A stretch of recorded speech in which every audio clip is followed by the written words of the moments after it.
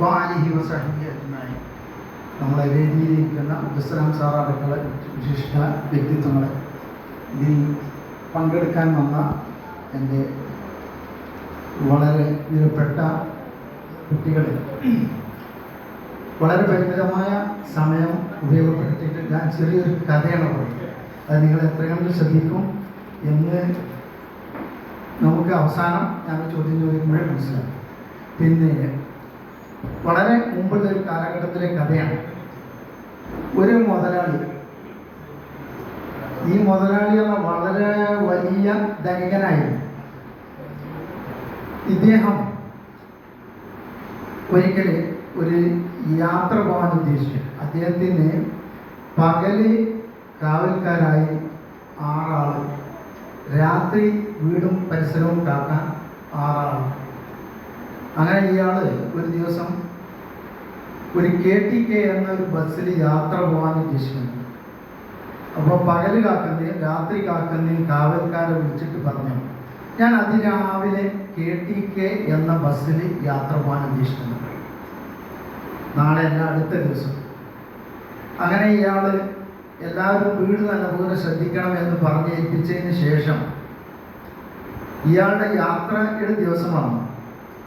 രാവിലെ എല്ലാം ഒരുങ്ങി ഇയാൾ KTK എന്ന ബസ്സിൽ പോകാനുള്ള തയ്യാറെടുപ്പിൽ ഇയാൾ വീട്ടിൽ നിന്ന് ഇറങ്ങുമ്പോഴേ, എല്ലാം ഒരുങ്ങി ഇറങ്ങുമ്പോൾ രാത്രി കാക്കുന്ന ഒരു കാവൽക്കാരൻ ഓടി വന്നിട്ട് പറഞ്ഞു, മുതലാളി ആ ബസ്സിൽ KTK എന്ന ബസ്സിൽ പോകരുത്.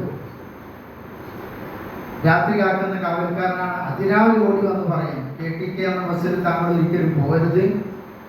ആ ബസ് മറിഞ്ഞതായി ഞാൻ ഇന്നലെ രാത്രി ഒരു സ്വപ്നം കണ്ടിട്ടുണ്ടെന്ന്. അങ്ങനെ ഈ മുതലാളി എന്ത് ചെയ്തു, അന്നത്തെ യാത്ര ആ ബസ്സിൽ മാറ്റി വെച്ച് ശേഷം വന്ന ബസ്സിൽ പോയി. അപ്പോൾ ചെന്ന് നോക്കുമ്പോൾ ഇയാൾ സ്വപ്നത്തിൽ പറഞ്ഞ അതേ സംഭവം നടന്നിട്ടുണ്ട്. ഈ KTK ബസ് മറിഞ്ഞ് കുറേ ആളുകൾക്ക് അപകടം പറ്റിയിട്ടുണ്ട്. മുതലാളി മറ്റേ ബസ്സിൽ യാത്ര പോയി തിരിച്ചു വന്നപ്പോൾ ഈ പറഞ്ഞ ആൾ KTK ബസ്സിൽ പോകരുത് എന്ന് പറഞ്ഞ കാവൽക്കാരൻ പറഞ്ഞ ആ ആളെ ജോലിയിൽ നിന്ന് പിരിച്ചു വിട്ടു. ഇയാളെ ജോലിയിൽ നിന്ന് പിരിച്ചു വിട്ടു. ഈ പിരിച്ചുവിടാനുള്ള കാരണം എന്താണെന്ന് നിങ്ങൾ പറയണം.